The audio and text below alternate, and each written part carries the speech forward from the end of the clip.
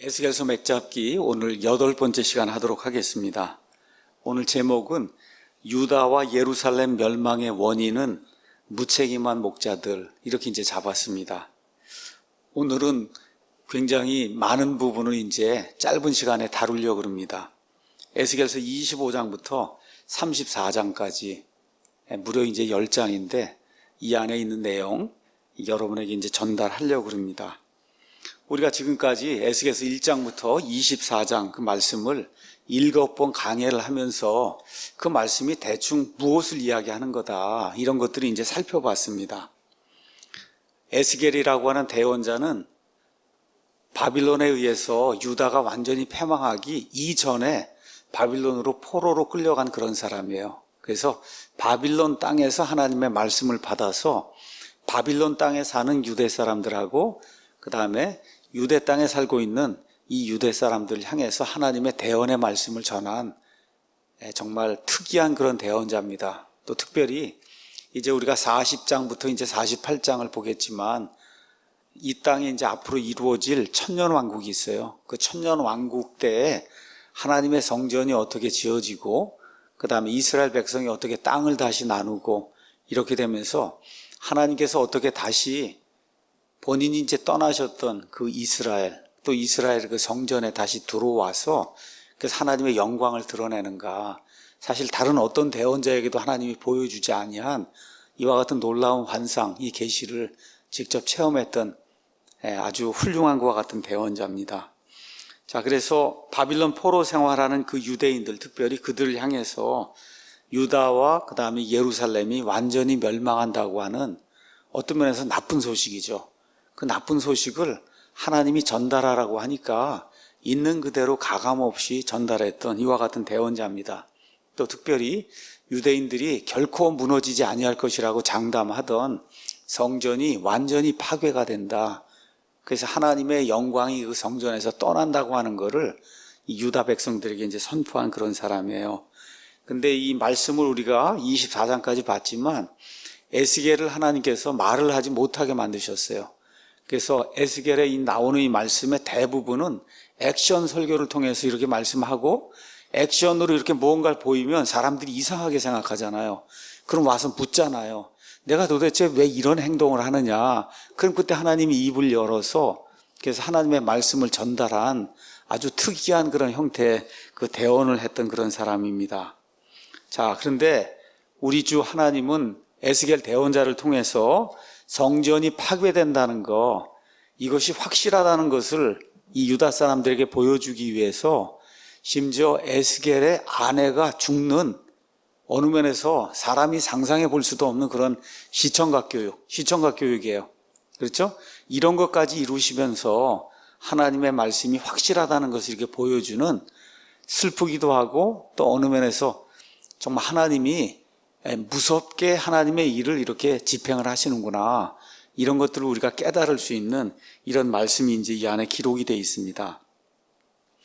우리가 이제 1장부터 24장을 이제 공부를 했고, 오늘은 이제 25장부터 이제 34장을 공부하는데, 주로 33장하고 34장을 여러분에게 오늘 한 50분 하면은 한 35분 정도는 그 이야기를 할 거고, 앞부분은 25장부터 그 다음에 32장, 그 다음에 35장에 나오는 이야기를 여러분에게 이제 전달하려고 합니다. 자, 이제 유다가 완전히 패망하고 성전이 파괴가 되고 하나님의 선민이 포로로 이제 잡혀간다고 하는 이와 같은 예언의 말씀을 이제 주셨어요. 그리고 나서 하나님께서는 곧바로 25장부터 32장 그리고 35장에 이스라엘의 주변 국가들도 심판하시겠다고 말씀하시는 내용이 이 안에 기록이 되어 있습니다. 그래서 주변에 있던 국가들 가운데 25장에는 암몬 족속, 그 다음에 26장에서 28장에는 주로 두로 이야기를 하고 끝부분에 가서 시돈. 여러분, 우리 예수님 이렇게 사역하실 때 예수님께서 두로와 시돈 지방에까지 가셨다, 이런 얘기 들으셨죠? 그 두로와 시돈, 그 다음에 35장에는 세일산의 백성들이라고 하는 에돔 족속, 이와 같은 그 주변에 있던 그 나라들도 하나님께서 심판하시겠다고 예언하는 그런 내용이 이 안에 이제 기록이 되어 있습니다. 자, 왜 이런 일들이 생기는가? 이스라엘에게 패망이 되는데 이스라엘만 패망이 되면 되지 왜 옆에 있는 주변 국가들도 다 이렇게 하나님께서 심판하시는가? 이거를 저와 여러분이 이해하기 위해서는 하나님께서 이스라엘을 자신의 선민으로 세우신 목적이 무엇인가? 이거를 먼저 잘 이해를 해야 됩니다. 하나님께서 신명기에 뭐라고 말씀하세요? 너희가 숫자가 많거나 지금식으로 얘기하면 똑똑하거나 뭐가 잘나거나 이래서 내가 너희를 내 백성으로 삼은 게 아니다. 실질적으로 주변에는 여러 나라들하고 비교해 보면 너희는 숫자도 작고 사실 여러 가지가 부족한 그런 사람인데도 불구하고 내가 너희를 내 백성으로 삼았다. 이렇게 이제 말씀하시면서 구약 성경 내내 하나님이 이스라엘에게 이야기하시는 내용이 뭐냐 하면 이스라엘이 하나님을 바르게 이렇게 섬기게 될 때 주변에 있는 이교도 국가들이 이스라엘을 보고 참 하나님을 섬기는 그런 나라는 이렇게 흥왕하는구나. 물질적으로도 흥왕하고 영적으로도 흥왕하고 결국은 구원받는구나.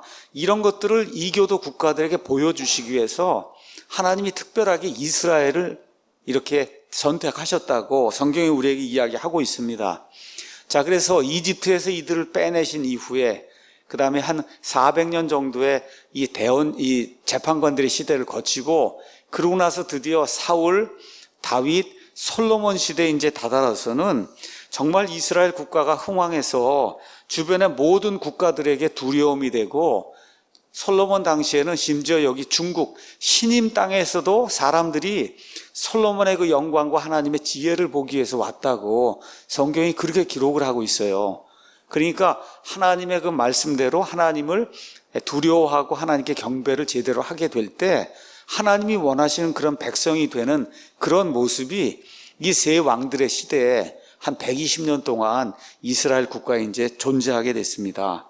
그래서 이런 것들을 보면서 주변에 있는 이런 국가들이 처음에는 이 나라가 이집트에서 이렇게 탈출해서 별거 없었는데 하나님이 주신 율법을 가지고 올바르게 하나님을 섬기게 될 때 주변에 있는 모든 국가들을 다스리고 공포가 되는 정말 아름다운 일이 생기는 걸 이렇게 보고 이 하나님과 이 하나님의 백성을 두려워하는 그런 일이 생기게 됐어요. 그런데 구약 성경을 보면 사람이기 때문에 이게 시간이 지나면 처음에 그 열정, 처음에 가지고 있던 이런 소명, 이런 모든 걸 사람이기 때문에 계속해서 잊어버리는 그런 현상이 발생하는 걸 저와 여러분이 볼 수가 있습니다. 그래서 솔로몬이 죽은 이후에 남왕국 유다, 북왕국 이스라엘로 이제 왕국이 분열이 되면서 이 국가들이 타락하기 시작해서 나중에는 어떻게 돼요? 하나님을 버리고 주변에 있는 이방신들을 데려다가 이방신들의 신전을 세우고 이방신들을 섬기고 이렇게 하다가 결국은 북왕국 이스라엘은 아시리아에 의해서 멸망을 당하고 남왕국 유다는 바빌론 왕국에 의해서 멸망을 당하는 이런 안타까운 일, 정말 우리 하나님의 백성이 생각하면 속상한 그런 일이 이제 생기게 된 거예요. 자, 그래서 이 사람들이 망한 원인을 에스겔이 이야기해 주는 거예요. 첫 번째, 간음을 했다는 거예요. 남편이 있는데 여호와 하나님이라고 하는 남편을 두고 다른 신들을 섬겼으니까 간음을 했다. 그 다음에 이제 똑같은 그런 비슷한 그런 이야기인데 남편이 있으니까 남편에게 어려움을 당하면 남편에게 도움을 청해야 되는데 남편을 두고 어디 갔어요? 다른 나라. 그렇죠? 이 이방신들을 섬기는 다른 나라들을 의지하고 그들에게 도움을 구하려고 하다가 결국은 이 국가 두 나라가 다 멸망하게 됐다고 성경이 이야기하고 있어요. 이러다 보니까 이스라엘 주변에 있던 이교도 국가들이 어떻게 이제 생각을 하게 됐냐. 저 유다 왕국을 멸망시킨 바빌론 사람들, 그 바빌론 사람들이 섬기던 그런 신들이 이스라엘의 여호와 하나님보다 훨씬 더 강하고 좋은 신들이구나, 이렇게 생각할 수밖에 없잖아요. 그렇죠? 이렇게 하면서 이스라엘을 비웃는 일이 생기게 된 거예요. 자, 그런데 이 사람들이 깨닫지 못하던 그런 내용이 이제 하나가 있습니다. 그것은 뭐냐 하면은 예루살렘이 멸망했어요. 성전이 파괴가 됐어요. 유다 백성, 유다 왕국이 멸망을 당했어요. 자, 이거 유대인들을 향한 형벌 맞습니다. 그런데 잘못 생각하면 안 된다는 거죠. 단순히 유대인들을 향한 그런 형벌이 아니라 이방인들에게도 하나님이 심판하신다는 경고라는 거예요. 이걸 잊으면 안 된다는 겁니다. 이걸 잊으면 안 된다. 자, 그래서 하나님께서 자신의 선민에게도 이와 같이 혹독한 진노의 심판을 내린다고 하면 이 이방신들, 나무와 돌을 섬기는 이 이방 사람들에게는 하나님이 얼마나 더 무서운 심판을 내리겠느냐. 이게 핵심이라는 겁니다. 이게 핵심. 그래서 여기 25장부터 32장, 그 다음에 34장에는 하나님의 백성을 조롱하는 그 주변에 있는 이교도 국가들에게 하나님께서 이와 같은 내용을 보여주시기 위해서 내가 이스라엘과 유다만 이렇게 이들에게만 진노를 퍼붓는 것이 아니라 내 백성도 말을 듣지 않고 그 다음에 이방신들을 섬길 때 내가 이렇게 진노한다면 그러면 아예 그냥 처음부터 끝까지 이방신들 나무와 돌을 섬기는 너희는 얼마나 더 많이 심판을 받겠느냐. 이런 내용을 전달하기 위해서 에스겔 대언자를 사용하셔서 하나님이 이런 국가들에게 경고를 주시는 이런 내용이 그 안에 이제 기록이 되어 있습니다. 그래서 여기 이 위얼스비 목사님이 이제 강해를 이렇게 이제 하면서 거기 기록해 놓는데 참 재미있는 말씀으로 이렇게 기록을 했어요. 자, 아이들이 잘못하면 부모가 혼을 냅니까? 혼내지 않아요. 혼을 내죠. 그렇죠? 그렇게 부모가 아이들 혼내는 거하고 재판장이 범죄한 사람에게 10년을 구형하고 아니면 사형을 구형하는 거하고 여러분 둘 다 심판은 심판이죠. 그렇죠?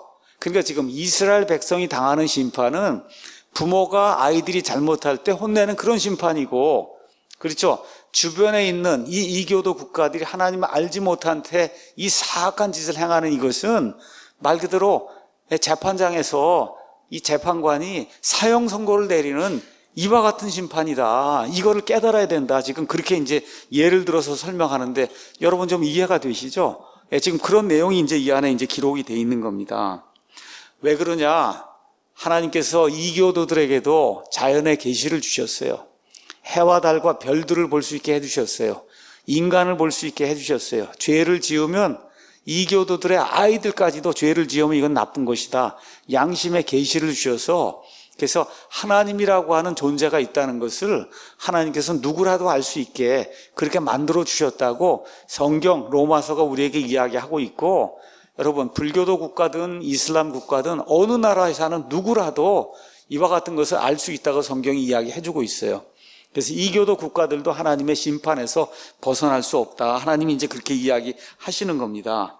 또 여기 이제 읽어보시면 알겠지만 이스라엘과 유다가 이렇게 포로 생활 가면서 엄청나게 어려움을 당할 때 주변에 있던 이런 국가들이 이스라엘과 유다를 이렇게 불쌍히 여기지 않고 좀 도와줘야 되는데, 특히 에돔 같으면 에서 그 다음에 이 야곱이 쌍둥이잖아요. 그렇죠? 이 이삭에게서 낳잖아요. 그럼 결국은 자기 동생의 족속들이 이렇게 지금 포로 가서 이렇게 하고 그러면 불쌍히 여기고 도와줘야 되는데 오히려 어떻게 해요? 잘 됐다 그러고 조롱하고 오히려 바빌론 사람들을 도와주고 하는 그런 악한 일들을 저질렀다는 거예요. 그래서 내가 내 백성을 심판한다. 이건 혼내는 건데 너희들 그거 혼낼 때 이 아이가 울고불고 하잖아요. 이렇게 할 때 그 아이를 도와줘야 되는데 너희가 오히려 내 백성을 조롱하고 비방하고 이렇게 한 거 내가 그냥 두지 않겠다. 이게 하나님께서 말씀하시면서 심판을 선포하시는 그런 내용이 그 안에 이제 기록이 되어 있습니다. 먼저 25장에 암몬 족속이 나옵니다. 창세기에 가서 보시면 롯이 있었고 그 다음에 롯의 두 딸이 있었어요. 그래서 그 롯이 그의 그 두 딸과 함께 결합을 해서 여러분이 아시는 것처럼 암몬과 모압이라고 하는 그런 족속이 나옵니다. 암몬. 그래서 특별히 암몬은 지금의 요르단을 이야기하는 거예요. 여러분 이스라엘이 있고 이스라엘 쪽에 가면 어디 무슨 강이 있어요? 요르단 강이 있어요. 요르단 강 오른쪽에 있는 나라가 요르단입니다. 지금의 요르단. 그 요르단의 암만, 그렇죠? 암만, 이와 같은 그 도시, 그런 도시가 지금도 존재하고 있어요. 지금 그 암몬이 계속해서 이스라엘을 핍박하고 하는데 지금 요르단의 상태 한번 보세요. 세상에서 가장 못 사는 나라 중에 하나가 지금 요르단입니다. 요르단. 지금 하나님께서 요르단의 패망을 25장에서 이제 말씀하시고, 그 다음에 두로에 대해서 이제 이야기하시는 내용이 깁니다. 두로는 26, 27, 28장 세 장이 모두가 다 두로에 대한 거예요. 두로. 그래서 두로는 제가 오늘 조금 설명을 하려고 그럽니다. 두로는 어디냐? 지금의 레바논입니다. 이스라엘이 있고 오른쪽에 뭐가 있어요? 아까 얘기한 요르단이 있고 이 북쪽에 시리아가 있고 그 다음에 북쪽인데 이쪽에 지중해 쪽으로 가면 그러면 레바논이 있어요. 레바논 아시죠? 그 레바논이 성경에도 나와요. 레바논 산이라고 나옵니다. 그래서 왜 레바논이냐? 레바논 산이 있기 때문에 레바논이에요. 왜 요르단이냐? 요르단 강이 있기 때문에 요르단이에요. 이게 요단강으로 돼 있다 보니까 거기 이스라엘 땅에 갔는데도 이 요단강하고 요르단을 이걸 매치를 못 시키는 거예요. 이게 왜 요르단이라고 불리는지를 모르는 거예요. 이게 여러분 이해하시겠어요? 이게 요르단으로 돼 있으면 이게 요르단강이 흐르니까 나라 이름이 요르단이 되는 거잖아요. 그게 지금 요단강으로 되다 보니까 이게 한국 분들에게 매칭이 안 되는 거예요. 참 안타깝더라고요. 어쨌든 레바논은 왜 레바논이냐? 레바논 산이 있기 때문에 레바논이에요. 지금의 레바논의 수도가 어디냐? 베이루트입니다. 그렇죠? 자, 그러면 여기 두로라고 하는 이런 도시가 나오는데 두로는 지금의 여러분 지도로 한번 가서 보시면 지금의 그 베이루트에서 밑으로 80km 정도 떨어졌던 아주 강력한 요새를 가진 많은 사람들이 난공불락의 도시라고 이야기하던 그런 도시가 두로입니다. 이제 설명을 좀 하겠습니다. 두로는 이스라엘이 이제 가나안 정복을 할 때 이미 견고한 도시국가 형태를 갖추고 있었어요. 이런 가운데 BC 10세기경 지금부터 한 3000년 전쯤에 누가 살았냐? 다윗이 살은 거 아시죠? 그렇죠? 그래서 다윗하고 좋은 관계를 이 두로의 왕이 맺으면서 나중에 이제 솔로몬 시대에 그 두로의 왕이 백향목을 보내주는 거예요. 백향목이 어디에서 나는 거예요? 나무예요? 레바논 산에서 나는 가장 좋은 어느 면에서 이 땅에서 가장 목재로 가장 좋은 그런 나무가 이 백향목입니다. 백향목, 세다라고 이제 우리가 그렇게 이야기하는데 자, 그래서 이 두로왕 히람이 지금부터 3000년 전쯤에 이 항구에서 지중해 쪽으로 한 730m쯤 들어간 섬처럼 생긴 이와 같은 데를 이렇게 길을 만들어 가지고 그래서 이 안에 견고한 그런 요새를 만들어 놓은 거예요. 그러니까 바다에서 한 700-800m 이제 떨어져 있는 거예요. 여기가 이게 어느 정도 위치 이제 면적이 되냐 하면 4제곱킬로미터. 그러니까 이쪽으로 2km, 이쪽으로 2km 이렇게 여러분이 생각하시면 됩니다.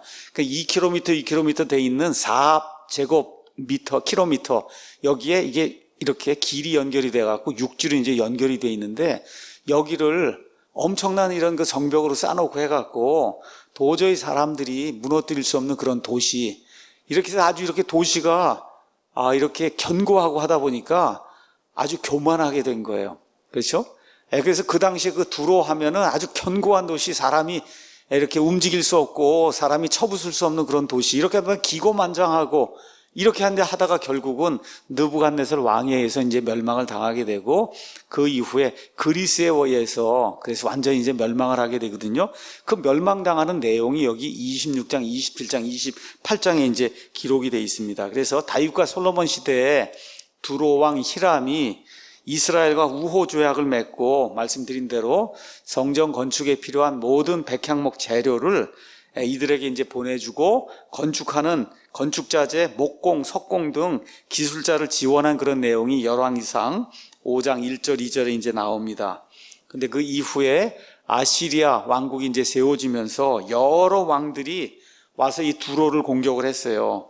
이렇게 공격하다 보니까 결국은 항복을 하게 되고 BC 572년에 바빌론의 느부갓네살이 여기를 13년 동안 공격했다는 거예요. 여러분 얼마나 난공불락이었으면 13년을 공격을 해갖고 그래서 두로를 이렇게 멸망으로 이끄는 그런 내용, 그 예언의 내용이 이 안에 기록이 되어 있는 거예요. 25, 26, 27, 28장 여러분 여기 가서 읽어보시면 그 뒤에 이 두로는 그리스의 알렉산더 대왕에 의해서 완전히 패망하게 됩니다. 그래서 어떤 일을 했냐? 알렉산더 대왕이 길이가 800m, 폭 60m가 되는 방파제를 여기 지금 길이 이렇게 나 있는데 바다에 들어 있거든요. 그래서 이게 난공불락이 돼 있으니까 그 옆으로 길이가 800m, 폭이 60m가 되는 방파제를 이렇게 만들어가지고 그래서 거기로 군인들이 들어갈 수 있도록 해갖고 완전히 두로를 멸망을 시키는 그런 일이 역사에 이제 기록이 되어 있습니다. 이때 얼마 동안 공격했냐? 7개월 동안 공격했다 그래요. 7개월. 그래서 많은 사람들, 2,000명의 지도자들의 목을 베고 주민 3만 명을 노예로 삼았다 그럽니다. 이 그리스의 알렉산더 대제가. 그래서 신약 성경으로 들어오면 예수님께서 심지어 두로와 시돈 지방에까지 가셔서 복음을 선포하신 내용이 그 안에 기록이 되어 있고, 그 다음에 사도행전 21장에 가서 보시면 사도 바울 선교 여행하는 가운데 두로가 기착지가 돼서 그래서 배가 거기에 이제 정박을 하기도 하고 거기서 쉬기도 하고 하는 그런 내용이 그 안에 기록이 되어 있습니다. 오늘날에는 그 도시 이름이 수루라고 이제 이렇게 이름이 붙여져서 인구가 10,000명 정도가 사는 소도시로 이제 전락하게 됐어요. 그래서 에스겔서 26, 27, 28장에 기록된 하나님의 그 예언의 말씀에 따라 그 강력했던 두로가 완전히 패망하는 그런 내용이 이제 성경에 기록이 되어 있습니다. 특별히 여기 28장 11절 가서 보면 두로 왕에 대한 애가가 나와요. 두로가 이렇게 멸절을 하니까 그러니까 두로의 왕이 애곡하지 않겠어요. 그렇죠? 그러면서 여기 두로 왕의 애가가 나오면서 하나님께서 두로 왕을 빌려서 마귀가 이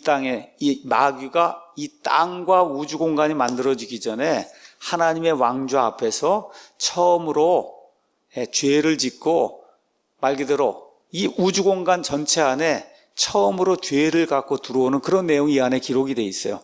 그래서 여기 나오는 두로의 왕을 이야기하면서 덮는 그룹이라고 해서 하나님의 왕좌를 덮는 엄청나게 높은 그런 지위에 있던 이사야서 14장에 가서 보면 루시퍼라고 분명하게 기록이 되어 있어요. 그래서 이 덮는 그룹 루시퍼가 하나님이 만들어 놓은 이 땅과 이런 것이 아직 지어지기 전의 이야기입니다. 그래서 하나님이 만들어 놓은 이 천상에 있는 존재들 가운데 어느 면에서 가장 으뜸이라고 할 수 있는 이 자가 하나님보다 더 높은 존재가 되기 위해서 교만을 부리다가 타락하는 그런 내용이 여기 에스겔서 28장 11절부터 기록이 되어 있습니다. 그래서 이 말씀하고 이사야서 14장하고 이 두 개를 가서 이렇게 공부해 보시면 그러면 이 사람과 그 다음에 해와 달과 별들 이런 것들 만드시기 전에 하나님의 그 셋째 하늘 그 안에 영적인 반란이 일어나서 그래서 이 악한 마귀가 이렇게 형성이 된다고 하는 얘기는 루시퍼가 타락을 해서 마귀가 되고 사탄이 되고 하는 그런 내용이 요 안에 기록이 되어 있다는 것을 여러분이 이제 이해하시면 좋을 것 같습니다. 자, 그 다음에 이제 나오는 게 이집트입니다. 이집트는 29장에서부터 32장에 걸쳐서 역시 3장에 걸쳐서 많은 내용이 그 안에 기록이 되어 있어요. 그래서 거기 나오는 파라오 이야기니 이런 것도 여러분이 보시면은 읽어보시면 무슨 내용인지 금방 이제 아실 수가 있습니다. 그 다음에 저 뛰어넘어서 35장에 가면은 에돔 세일산의 족속이라고 하는 에돔의 멸망에 대한 하나님의 예언의 말씀이 이제 그 안에 들어 있습니다. 자, 그래서 이집트는 함의 후손들이 세운 그런 국가고 이 세일산의 백성, 이 에돔은 에서를 이야기하는 거예요. 그래서 이삭의 두 아들이 이 에서와 야곱이에요. 그래서 하나님이 쌍둥이를 이렇게 지어서 사실 형제 국가인데 특별히 이 이스라엘이 이렇게 고난을 당할 때 에돔이 이들을 덮지 않고 오히려 이들을 핍박하고 이들을 조롱하는 이런 것들에 대한 하나님의 심판이 이 안에 이제 기록이 되어 있습니다. 자, 이제 36장부터 그거 끝나고 나서 36장부터는 맨 마지막 때 지금입니다. 저 이스라엘 백성이 온 땅에 흩어져 있다가 다시 자기들 땅으로 이제 돌아가게 되고 곡과 마곡의 전쟁이 일어나게 되고 하는 그런 내용이 이 안에 이제 기록이 되어 있고 말씀드린 대로 40장부터 48장에는 천년왕국에 하나님의 성전이 다시 지어지고 천년왕국의 그 저 이스라엘 땅에 12지파가 다시 거하면서 하나님께서 그들에게 땅을 분배해 주시고 그 다음에 하나님이 그 안에 거주하시는 주인이 되신다는 그런 내용이 이제 기록이 되어 있습니다. 자, 오늘은 말씀드린 대로 33장하고 34장을 여러분에게 이제 강해를 해서 요약해서 이제 전달을 해드리려고 합니다. 34장, 35장은 지금까지 뭐 예레미야도 공부하고 그 다음에 에스겔도 공부하고 이렇게 대원서들을 많이 공부했기 때문에 그 대원서들을 공부한 사람이라고 하면 그냥 읽으면은 누구나 쉽게 이해할 수 있는 그런 내용이에요.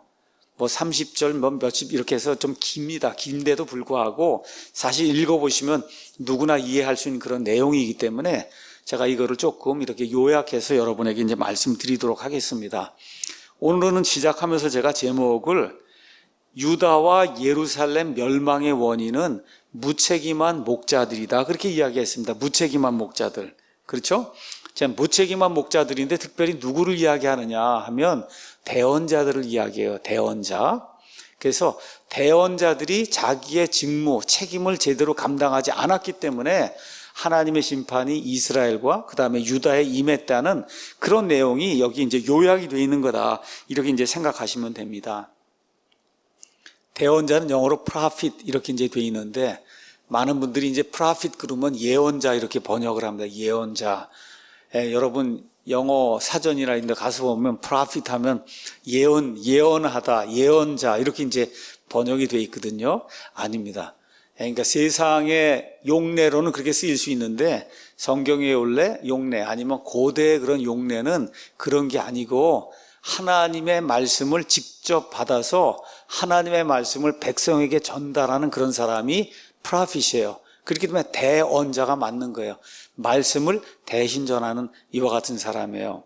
그래서 대언자는 백성에게 가서 어떻게 이야기할 수 있는 사람이냐, 주가 이같이 말하노라, 다시 말해 여호와가 이같이 말하노라, 이렇게 이야기할 수 있는 사람이에요.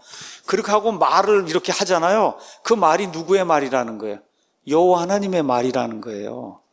근데 이걸 할 수 있는 사람이 없었어요. 왜 그러냐?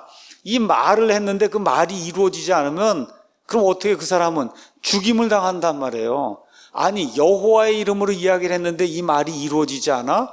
넌 거짓말했구나. 거짓 대언자가 돼서 죽을 수밖에 없는 거예요. 그러니까 이 유대 사람들 그 역사에서 대언자가 나타났는데 주가 이같이 말하노라, 여호와가 이같이 말하노라, 이렇게 이야기하려고 하면 보통 용기가 있어갖고 안 되는 거예요. 이게 저기 목사가 여기 섰어요. 제가 감히 어떻게 여호와가 말하는데 어떻게 제가 그렇게 이야기할 수가 있어요? 그렇잖아요. 지금 그렇기 때문에 대언자가 된다는 건 대단히 중요하고 아주 엄중한 책무를 맡는 거예요. 그러니까 하나님의 영께서 정말 그에게 임하셔서 하나님의 말씀을 주셔서 전하지 않으면 안 되는 이와 같은 상황에 들어갈 때 목숨을 내놓고 이렇게 말씀을 전하는 사람이 대언자예요. 이 대언자. 근데 유다 패망의 원인이 뭐냐? 거짓 대언자들이 우후죽순 일어난 겁니다. 나도 여호와의 이름으로 말한다고, 저 사람도 여호와의 이름으로 말한다고, 다 여호와의 이름으로 말한다고 하면서 뭐라 그래요? 성전이 결코 무너지지 않는다, 너희에게 평안이 온다, 사람들 바빌론 포로 생활 갔지만 곧바로 돌아온다, 느부갓네살 왕이 가지고 왔던 신전에 있던 모든 그런 그 기구들 다시 또 돌아온다, 이런 식으로 이야기하면서 백성의 마음을 다 이제 빼앗아가고 하나님의 말씀을 정말로 전달하는 예레미야나 아니면 에스겔 같은 참 대언자의 말씀을 듣지 못하게 하는 그와 같은 안타까운 일이 이제 생기게 된 겁니다. 자, 그래서 이 사람들이 여호와의 이름을 언급했다는 게 대단히 중요한 거예요. 그래서 대언자는 세 가지를 했습니다. 세 가지. 대언자는 백성에게 과거의 일을 기억나게 했어요. 과거. 하나님께서 너에게 어떻게 복을 주셨는가 한번 생각을 해봐라. 그렇죠? 그 다음에 현재의 일을 분명하게 이야기했어요. 그럼에도 불구하고 너희가 짓고 있는 이 죄악이 무엇인가, 특별히 이 우상 숭배가 무엇인가, 이거를 분명히 해야 된다. 이거 제대로 깨닫지 못하면 하나님의 심판이 임한다. 이 현재 이야기. 그럼 뭐가 또 하나 남았겠어요? 미래 이야기가 나오는 거예요. 이렇게 하다가는 결국은 잡혀가서, 그렇죠? 멸망당하고, 그리고 결국은 다시 돌아오는데, 이스라엘이 이 땅에 다시 돌아오는 거, 이거는 잠정적으로 돌아오는 거고, 메시아가 오게 될 때, 그때 온 세상에 흩어졌던 모든 이스라엘이 돌아오는 완전한 회복이 이루어진다. 이 세 가지를 이야기한 겁니다. 세 가지. 아시겠죠? 그 중에 뭐 퍼센티지로 이야기하라 그러면 과거와 현재를 이야기한 게 한 90%. 그렇죠? 앞날 미래를 이야기한 게 10%. 이 정도가 이제 되는 거예요. 그러니까 이렇게 여러분이 이해를 하시면 좋겠습니다. 자, 그래서 33장, 그 다음에 34장, 여기에서는 대언자 에스겔이 이스라엘 백성의 과거, 이스라엘의 현재, 이스라엘이라니까 유다를 이야기하는 겁니다. 유다의 과거, 유다의 현재, 그 다음에 유다의 미래에 대해서 하나님의 말씀을 전달하는 내용이 기록이 되어 있습니다. 자, 33장에는 이스라엘 백성의 과거 역사가 되풀이되면서 이들이 지은 죄가 무엇인가를 여기 이제 33장을 통해서 대언자 에스겔이 이제 이야기하는데, 여러분이 우리 조금 아까 33장을 읽었습니다. 읽어보니까 어째 옛날에 읽은 거하고 똑같은 게 나오죠? 그렇죠? 옛날에 읽었던 거하고 똑같은 게 나와요. 다시 말해 1장부터 24장에 에스겔이 이야기했던 것들 중에 중요한 포인트만 다시 뽑아서, 그래서 하나님이 요약을 해서 다시 33장에 기록을 해 주신 거예요. 여러분 이해하시겠죠? 그러니까 이미 에스겔이 이야기했던 거 다시 한번 하나님께서 그 중에 일부를 이렇게 취하셔서 그래서 다시 한번 요약을 해서 이야기해 주는 거예요. 그래서 3장 15절에서 27절, 그 다음에 5장 6장, 11장 14절에서 21절, 그 다음에 18장 20장 1절에서 8절, 24장 25절에서 27절, 거기에 나오는 내용이 여기 하나로 요약이 돼서 지금 33장에 이제 다시 한번 반복이 돼서 나오는 거다. 그래서 나는 옛날에 하나님의 말씀을 못 들었으면 얘기할 수 없다는 거예요. 하나님이 또 한 번 이야기해 주니까. 그렇죠? 왜 망하는지, 너희가 왜 망해야만 하는지를 하나님이 또 한 번 이야기해 주니까 이제 뭐 하나님 앞에 나는 몰랐다 이렇게 얘기 못 한다는 거죠. 자, 그러면 1절에서 20절에는 33장에 이스라엘 전체 민족에 대한 하나님의 말씀이 나오고, 23절에서 29절에는 유다 땅에 남아있는 백성을 향한 하나님의 말씀이 나오고, 그 다음에 21절, 22절, 30에서 33절에는 바빌론 땅에 살고 있는 포로들에게 주신 하나님의 말씀이 이제 나오고 있습니다. 먼저 1절에서 20절에 나오는 이스라엘 민족 전체를 향한 하나님의 말씀을 잠시 요약하겠습니다. 여러분이 읽어보시면 금방 알 수 있는 거예요.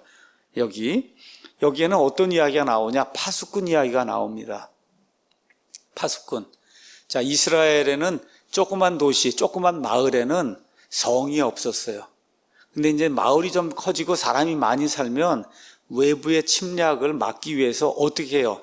성벽을 쌓습니다. 성벽을 이렇게 쌓아요. 그렇죠? 성벽을 쌓는데, 쌓고 난 다음에 어떻게 하느냐? 파수꾼을 성벽 위에 돌아가면서 이렇게 세워놓는단 말이에요. 그렇죠? 그럼 파수꾼이 해야 될 일은 다른 거 없어요. 북쪽을 바라본 사람은 북쪽만 바라보고, 적군이 침입하는지 않은지 보고, 침입을 하는 징조가 보이면 어떻게 돼요? 경고나팔을 울려야 되는 거예요. 남쪽에 있는 사람도 마찬가지고 동쪽에 있는 사람도 마찬가지고, 지금 여기 파수꾼이라고 한 이와 같은 이 상징이 이제 나오는 거예요. 그래서 2절에서 9절에 이 파수꾼의 이야기가 이제 나오는 겁니다. 여러분이 뭐 이거 읽어보시면 금방 다 알 수 있기 때문에 제가 긴 이야기 이렇게 이제 설명하지 않겠습니다. 이렇게 가서 보니까 이렇게 돼 있어요. 2절에 사람의 아들아, 내 백성의 자손들에게 이제 말하고 그들에게 이르라. 내가 칼을 가져다가 어느 땅에 임하게 될 때 그 땅의 백성이 자기 지역에서 한 사람을 취해 자기들의 파수꾼으로 이제 세운다 하자. 자, 칼이 그 땅 위에 임하는 것을 그가 보고 나팔을 불어 백성에게 이제 경고를 했어요. 자, 그러니까 둘이 있는 거예요. 자, 파수꾼이 있고 백성이 있는 거예요. 그럼 이 조합이 어떻게 되냐 하면, 파수꾼이 신실하게 파수를 보는 경우가 있고 신실하지 않게 파수를 보는 경우가 있어요. 그 다음 백성의 경우도 파수꾼이 와서 이야기를 하면 잘 듣는 백성이 있고 듣지 않는 백성이 있으니까 조합이 4개가 생기는 거예요. 아시겠죠? 파수꾼이 아무리 잘해도 백성이 안 들으면 소용이 없는 거잖아요. 그렇잖아요. 지금 이런 내용이 이제 그 안에 기록이 돼 있는 겁니다. 자, 이렇게 이제 돼서 파수꾼이 신실하게 파수를 보지 않아서, 그래서 적군이 침입해서 많은 사람들이 죽으면 하나님께서 그 피를 누구에게서 요구하신다는 거예요? 파수꾼의 손에서 요구하신다는 거예요. 신실하지 못했기 때문에. 그렇죠? 근데 파수꾼이 신실하게 해서 그래서 가서 경고를 했는데도 백성이 듣지 않으면 그럼 어떻게 되는 거예요? 백성은 자기 죄 가운데서 죽는 거다. 그렇죠? 이런 내용이 이제 이 안에 기록이 되니까 어려운 내용 이야기하는 게 아닙니다. 이렇게 해서 하나님께서 에스겔서 3장 19절에서 21절 가서 보시면 에스겔을 유다 백성을 위한 파수꾼으로 세웠다는 거예요. 예레미야도 하나님께서 유다 백성을 위한 파수꾼으로 세웠다는 거예요. 지금식으로 이야기하면 저나 우리 사랑침례교 우리 성도들을 이 대한민국 땅을 지키는 파수꾼으로 하나님이 우리를 위해서 이제 이 땅을 위해서 보내주셨다는 거예요. 그럼 파수꾼이 해야 될 일은 뭐냐 하면 뭐예요? 잘 봐야 되는 거예요. 적국이 침입하는지 침입하지 아니하는지를 잘 보고 하나님이 경고를 주시든 아니면은 또 누구야? 적군이 쳐들어오면 어떻게 해야 돼요? 경고 나팔을 세게 불어야 되는 겁니다. 위험이 임한다고. 그렇죠? 이런 일을 했는데도 불구하고 백성이 듣지 않고 결국은 죽었다. 누구 책임이라는 거예요? 그럼 백성 책임이고 하나님이 에스겔의 손에서 책임을 묻지 않는다는 거예요. 그렇죠? 이런 내용이 그 안에 기록이 되어 있어요. 그런데 파수꾼이 신실하게 자기 할 일을 하지 않아서 파수를 제대로 보지 않았어요. 그 결과 많은 사람들이 죽게 되고 상황이 몰락하게 됐다. 그럼 어떻게 하신다고? 하나님이 그 죽은 사람들의 피를 이 파수꾼의 손에서 요구한다. 그러니까 요구한다고 하니까 뭐 다른 이야기를 생각하지 마시고 파수꾼의 손이 깨끗한 손이 있고 피 묻은 손이 있다. 여러분 그렇게 생각하시면 돼요. 요구한다고 하는 얘기가 그러니까 깨끗한 손을 가진 파수꾼이 있고 책무를 다했으니까. 그렇죠? 나중에 피가 묻은 그런 파수꾼이 있다는 거예요, 손에. 그래서 에스겔 대언자가 지금 이야기하는 거예요. 저와 여러분이 하나님 앞에 섰을 때 손에 피가 묻은 채 서면 안 된다는 거예요. 예, 우리가 할 일을 제대로 해서 적군이 쳐들어오고 악한 일이 우리나라를 엄습하고 동성애와 낙태가 그래서 하나님이 원치 않는 것과 같은 일들이 이 땅에 우후죽순 밀려오게 되면 어떻게 돼요? 경고 나팔을 울려야 된다는 거예요. 우리 이 대한민국의 이 백성들을 위해서 하나님이 그 미워하는 일이고 하나님의 심판이 임한다고 저와 여러분이 대한민국의 목사들과 교회들이 반드시 경고 나팔을 크게 울려야 한다고 하나님이 이야기하는 겁니다. 자, 이렇게 하게 될 때 어떤 일이 이제 생기느냐 하면 마음을 열고 돌아서는 그런 일이 생길 수가 있다는 거예요. 그렇다고 백성이 다 듣는 건 아닙니다. 그렇죠? 그래서 거기 가서 보시면은 여기 돌아서다, 돌이키다고 하는 그런 말이 9번이 나옵니다. 여기 33장에 9번. 돌아선다, 돌이키다. 그게 뭐야? 회개거든요. 돌이키는 거. 여기 이야기하는 게 회개예요. 그래서 마음을 돌리는 거.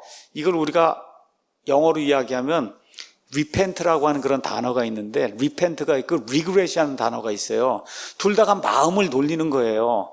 근데 regret은 후회한다고 우리가 번역을 해요. 또 repent 중에도 이 마음을 끝까지 돌렸는데 마음은 돌렸는데 이게 거기까지가 끝인 사람이 있어요. 이렇게 되면 그건 후회한다고 하는 거 후회. 아시겠죠? 성경 이야기하는 회개는 마음을 돌리면 어떻게 돼요? 행동이 나타나는 게 회개예요. 행동이 나타나는 게. 그러니까 신약시대에 예를 들 것 같으면 여러분 베드로가 죄를 졌어요. 3번 주님을 부인했잖아요. 그렇죠? 근데 어떻게 나중에 repent 했어요. 그렇죠? 진정으로 돌이켜서 행동이 나온 거예요. 그래서 이런 사람이 한 일은 회개했다. 그렇게 기록이 돼 있고 가룟 유다도 죄를 지었어요. 근데 나중에 가서 보니까 똑같은 repent라는 단어를 썼는데 후회로 번역이 돼 있어요. 왜 그러냐? 이게 마음은 돌아섰는데 가서 자살하고 말았잖아. 그렇죠? 이게 뭐예요? 하나님을 전적으로 의지하면 그렇게 할 수 없다는 거죠. 그렇죠? 그러니까 지금 여기 에스겔이 하나님의 대언자로서 이 백성에게 지금 촉구하는 거는 마음을 돌이켜서 그래서 어떻게 하나님을 신뢰하고 그 하나님을 신뢰한 게 행동으로 나와야 그게 진짜 회개다. 회개하지 않으면 그러면 바빌론의 포로 생활 갈 수밖에 없다고 강력하게 외치는 그런 내용이 그 안에 이제 기록이 되어 있습니다. 12절에서 20절은 제가 설명하지 않습니다. 에스겔서 18장 내용하고 거의 똑같습니다. 그 내용은 여러분에게 이야기한 것처럼 아버지의 죄는 아버지가 담당하고 아들의 죄는 아들이 담당한다는 거예요. 그렇죠? 아버지가 의인이라 그래서 아들 하나님이 자동으로 구원해 주는 거 아니라는 겁니다. 아버지가 사악하다 그래서 그렇죠? 아들이 의인이면 하나님의 아들 구원해 준다는 거예요. 여기 나오는 구원은 특별히 육체적으로 멸망하는 그 구원을 멸망하는 데서 구원받는 거 그 이야기하는 거다. 이제 설명을 제가 지난번 이제 드렸습니다. 그래서 이런 것들을 기억하시면서 1절에서 20절에 파수꾼 이야기. 근데 왜 유다와 이스라엘이 멸망을 당했냐? 파수꾼들이 제 역할을 안 했다는 거예요. 파수꾼들이. 그 파수꾼들이 제 역할을 안 한 거를 이 이사야서 56장에는 이렇게 기록을 하고 있습니다. 참 하나님께서 상당히 그 유머로서 한 것 같아요. 56장 10절 가서 보면 이렇게 돼 있습니다. 그의 파수꾼은 56장 10절입니다. 눈먼 자들이요 그들은 다 무지한 자들이며 다 말 못하는 개들이므로 짖지 못하는도다. 여러분, 개 밖에서 키우면 이상한 사람 나타나면 어떻게 해요?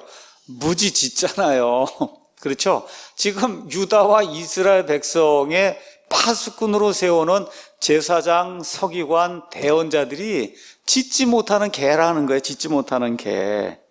그들은 잠자고 눕고 졸기를 좋아하니 참으로 그들은 탐욕이 심하여 결국 만족할 줄 모르는 개들이요. 여러분, 성경에 나오는 개는 우리가 이렇게 예쁘다고 하는 그 펫 이렇게 하는 그 애견 그 개가 아니에요.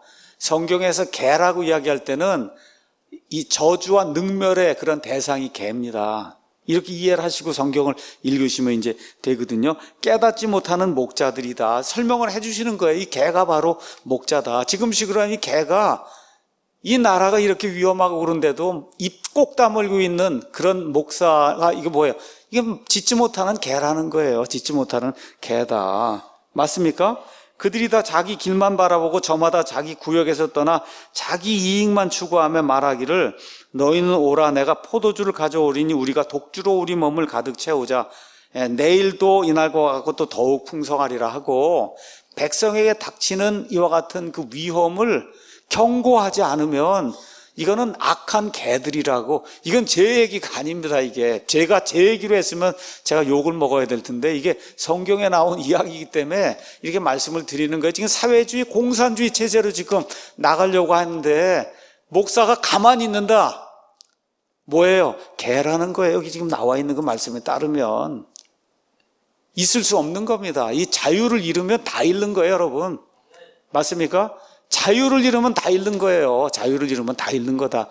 무슨 소용이 있어요? 재산이고 뭐가 무슨 소용이 있어요? 자유를 잃으면 끝입니다, 여러분. 그래서 저와 여러분, 특히 우리 교회가 이 대한민국의 가치, 이거 대한민국의 가치는 미국의 가치예요. 미국을 세운 사람들, 기독교인들이 세웠잖아요. 그 자유헌법을 가져다가 지금 이 나라의 헌법으로 만들어서 저와 여러분이 지난 72년 동안 하나님의 자유를 누리며 이 엄청난 번영을 지금 누리고 있는 겁니다. 이걸 빼앗기면 다 빼앗기는 거예요. 뭐 멀리 볼 것도 없어요. 그냥 북한을 보시면 돼요. 저 중국을 보시면 되는 거예요. 이걸 보고도 깨닫지 못하면 그러면 백성도 개죠, 뭐. 맞습니까? 그래서 요새 개돼지란 말이 그래서 나오는 거더라고요. 제가 가만 보니까 정신을 차려야 됩니다. 우리가 정신을. 이걸 차리지 못. 이건 성경이 우리에게 이야기하는 거기 때문에 제가 여러분에게 말씀을 드리는 거예요. 자, 이런 내용들 저와 여러분이 기억을 해야 되고, 그리고서 이제 33장에 가서 보시면 21절에 드디어 우리가 포로된 지 12년이 되는 해 10월 그달 5일에 예루살렘에서 도피한 자가 내게 왔다는 거예요. 어디로 왔어요? 드디어 바빌론에까지 온 거예요. 그 도시가 이제 드디어 무너졌다. 성전이 멸망당했다. 그 도피한 자가 이르기 전에 저녁에 주의 손이 내 위에 임하여 내 입을 여시더니 마침내 그가 아침에 내게 이르렀도다. 그렇게 돼서 어떻게 해요? 닫혔던 입이 열리는 거.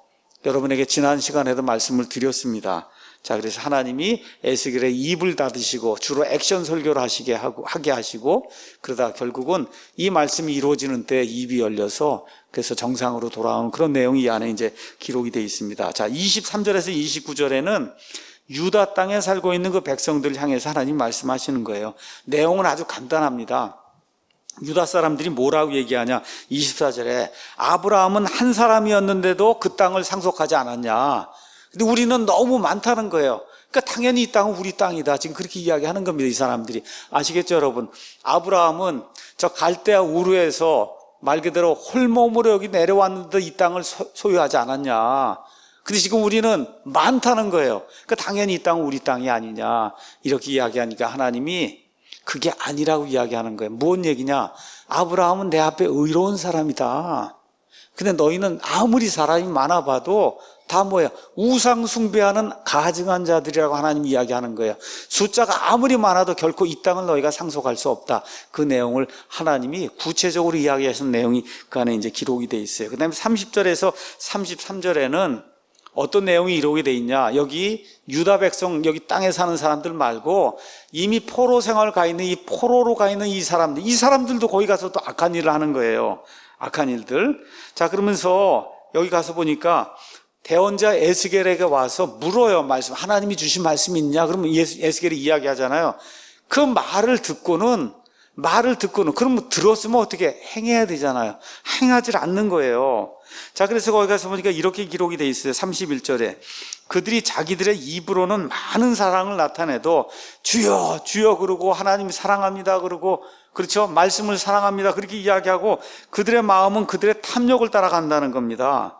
그래서 에스겔이 말을 해달라 그래서 말을 이렇게 해주잖아요. 그 말이, 에스겔의 말이 어떻게 들리느냐? 내가 그들에게 고운 목소리를 가지고 악기를 잘 연주하는 자의 심히 사랑스러운 노래같이 되었다. 듣기는 좋다는 거예요. 참 하나님 말씀이 듣기는 좋습니다 하고는 어떻게 가서 행하지 않는다는 거예요. 그렇죠? 이런 악한 일들이 포로 생활가 있는 그 사람들에도 임하게 됐다. 근데 드디어 이제 예루살렘이 멸망하게 되니까 이 멸망하는 일이 생기면 33절에 너희 가운데 정말 하나님의 대언자가 있었다는 사실을 너희가 알게 될 것이다. 이렇게 요약하는 내용이 이 안에 기록이 되어 있습니다. 자, 34절은 유다 백성 지도자들의 죄에 대한 그런 내용이에요. 제가 간단하게 이것도 이제 설명을 하도록 하겠습니다. 이스라엘 목자들의 죄가 1절에서 이제 10절에 나옵니다. 한마디로 이스라엘 목자들이 어떻게 했냐? 자기만 먹어요. 여러분, 목자가 어떻게 해야 돼요? 목자가 양들을 끌고 다니면서 좋은 꼴을 먹이고 좋은 물을 먹여야 되잖아요. 그렇죠? 그게 목자가 해야 될 그런 일인데 한마디로 자기만 먹는 거예요. 양들 잡아먹고 자기만 먹어요. 양떼들에게 먹이지 않는 거예요. 이런 악한 일들을 하는 그와 같은 목자들, 아까 이사야서 읽은 그 말씀에 나오는 그와 같은 목자들 때문에 결국은 유다가 멸망을 당하게 됐다. 그래서 5절에 가서 보면 목자가 양떼를 돌보지 않고 오히려 양떼를 학대하는 내용이 그 안에 기록이 되어 있고, 6절에는 직무유기하는 그런 내용이 되어 있고, 그 결과가 8절, 심판이 9절에 이제 나와 있습니다. 자, 이스라엘의 목자들이 자기들에게 맡겨진 양떼를 먹이지 않으니까 하나님이 대안을 내세요. 그 대안이 11절에서 31절입니다. 그 대안은 뭐냐? 11절에 주 하나님이 이같이 말하노라. 보라, 나 곧 내가 내 양들을 찾으며 그들을 찾아내라. 하나님이 이제 직접 하시겠다는 거예요. 여러분 이해하시겠어요? 하나님이 직접 할 수밖에 없다는 거예요. 하나님이 내가 이제 직접 내 양들을 찾아서 내 양들을 먹일 수밖에 없다. 이렇게 이야기하면서 13절, 14절에는 궁극적으로 바빌론에서 이들을 다시 데려다가 이스라엘 산에서 이들을 먹이겠다고 이제 말씀하시고, 21절에서 22절에는 특별히 이 이스라엘 양떼들 가운데 악한 자들이 있어서 약한 자들을 밀어내고, 그래서 약한 자들을 탈취하고 하는 이런 악한 자들을 내가 반드시 심판하겠다. 하나님 이제 말씀하시고, 23절부터는 특별히 이 잠정적인 회복 말고 예수님 재림할 때가 가까이 왔을 때, 천년왕국이 이루어지려고 하는 그런 시점에 온 땅에 흩어져 있는 이스라엘 민족이 다시 돌아오는 그런 이야기들 그 안에 이제 기록이 되어 있습니다. 자, 23절 가서 보세요. 23절 참 재미있는 이야기가 있습니다. 34장에 내가 한 목자를 그들 위에 세우고 그가 그들을 먹이게 하리니 그는 곧 내 종 다윗이라. 여러분, 다윗은 이미 이 일이 이루어지기 500년 전에 죽은 사람이에요. 맞습니까, 여러분? 500년 전에 죽은 사람인데 하나님이 다윗을 그들의 목자로 다시 세우겠다는 거예요. 그가 그들을 먹이고 그들의 목자가 되리라. 나 주는 그들의 하나님이 되고 내 종 다윗은 그들 가운데서 통치자가 되리라. 나 주가 그것을 말하였느니라. 여러분, 주님이 말했으면 이 일이 이루어질까요? 이루어지지 않을까요? 이루어진단 말이에요. 그런데 다시 바빌론 포로 생활 왔을 때 다윗이 나타나서 했어요? 안 했어요? 안 했죠. 그럼 이게 이루어지려면 이루어질 날이 이제 와야 될 거 아니에요? 그렇죠? 여기 앞뒤 문맥 다 가서 보시면 이 내용이 언제냐? 예수님 재림하시기 전의 일. 그래서 재림하시면서 천년왕국이 이루어지게 될 때 다윗이 부활을 해서, 그렇죠? 예수님께서 천년왕국을 통치하시는 그 시대에 하나님께서 이스라엘을 다스리는 그런 목자로 다윗을 세워주신다고 하는 이런 내용이 이 안에 기록이 되어 있는 거예요. 이거를 믿지 않는 사람들이 너무 많은 거예요. 이런 거 나오면 이거 하나님이 그냥 비유로 그렇게 이야기한 거다. 이 하나님 뭐라 그래요? 나 주가 이것을 말하였노라. 이 말씀이 문자 그대로 이루어져야 될 거 아닙니까, 여러분? 이렇게 믿는 게 바이블 빌리버예요. 이렇게 믿는 게. 제가 김동호 목사 이렇게 글을 보다 보니까 이사야서 11장에 거기 가서 보니까 어린 양과 그 다음에 사자가 같이 놀고 뱀하고 아이들이 같이 놀고 이렇게 시적으로 이런 것이 이제 구현되는 이런 때가 온다고 그러더라고요. 그래서 이런 사람이 다 있나. 여러분, 이사야서 11장에 남아있는 건 어느 때 이루어질 일이에요? 천년왕국 때 문자 그대로 이루어질 그런 일 아닙니까? 이게 시입니까, 여러분? 비유 해석하면 안 되는 거예요, 이게. 이게 바이블 빌리버하고 빌리버가 아닌 사람의 차이거든요. 여기 지금 다윗이 이스라엘을 다스리는 목자가 된다고 하면 있는 그대로 믿으셔야 됩니다. 맞습니까? 언제 이루어져요? 천년왕국의 때 이루어지는 거예요. 여기만 아니야. 또 나옵니다. 다윗이 된다고 하는 내용, 이게 다음 시간에 제가 또 보여드리겠습니다. 자, 이제 이렇게 되면서 25절에서 28절에 모든 자연계가 회복이 되고 29절에 유대인들이 축복을 받게 되고 그 다음에 30절, 31절에 하나님이 저들이 이와 같이 저 이교도 국가들이 이제 보는 거예요. 나 주 그들의 하나님이 이스라엘의 하나님이 그들과 함께 있음을 이제 아는 거예요. 천년왕국의 때가 되면 그들 곧 이스라엘의 집이 내 백성인 줄을 그때 가면 알 것이다. 주 하나님이 말하노라. 그렇게 얘기하고는 31절에 내 양떼고 내 초장의 양떼인 너희는 사람이다. 지금 양들 이야기 했잖아요. 그 양들이 뭐라고요? 사람이라고 하나님이 해석을 해주시는 거예요. 나는 너희 하나님이라 주 하나님이 말하노라. 여기까지 해서 오늘 10장을 다 강해를 했습니다. 오늘 강해가 제일 쉬워져요. 많이 하니까 쉽게 되는 것 같아요. 제가 보니까. 이방 민족들에 대한 심판 이거 기억을 하시고 왜 하시는가 기억을 하시고 그 다음에 33장 34장에 다시 한번 유다 백성을 향해서 하나님이 왜 내가 심판을 내릴 수밖에 없는가, 그리고 앞으로 어떻게 회복을 할 것인가, 이런 것들 이야기하시는 거 여러분이 다시 한번 읽어보시면 그러면 이해를 하실 수 있을 겁니다. 결론의 말씀 드리겠습니다. 우리 사랑침례교회 모든 성도들, 그 다음 우리 한국에 거하는 모든 교회들, 목사들, 이 사람들이 이 대한민국의 파수꾼입니다. 여러분, 대한민국의 마지막 보루는 교회입니다. 교회가 무너지면 끝나는 거예요. 맞습니까? 그래서 하나님께서 이 마지막 때에 하나님의 일을 감당하라고 에스겔처럼 우리 믿는 사람들을 대한민국의 파수꾼으로 세워줬어요. 그럼 어떻게 해야 됩니까?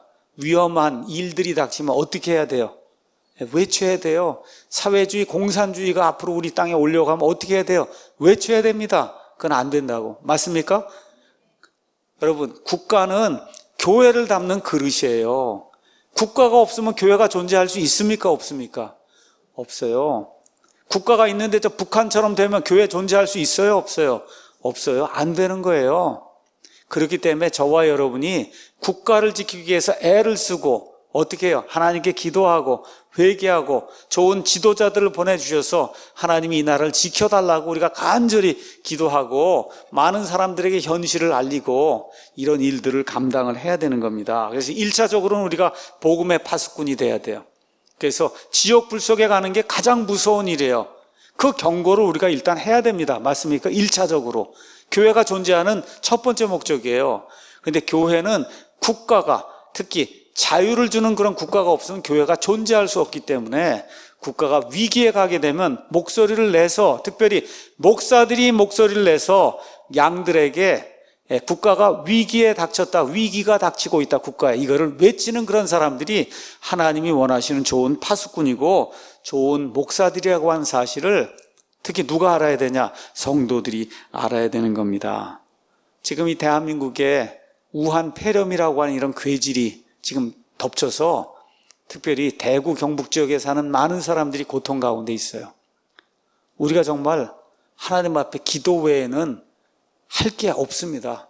우리 자신이 좀 자숙하고 정말 회개하고 하나님의 말씀 읽고, 그렇죠, 이 땅에서 하나님의 진노가 물러가도록 하나님께 간절히 기도할 때 지난 72년 동안 이 대한민국을 지켜주신 하나님의 은혜, 예수 그리스도의 십자가의 그 보혈의 은혜, 그 은혜로 말미암아 이 땅이 이 괴질에서 완전히 해방이 될 줄로 믿습니다.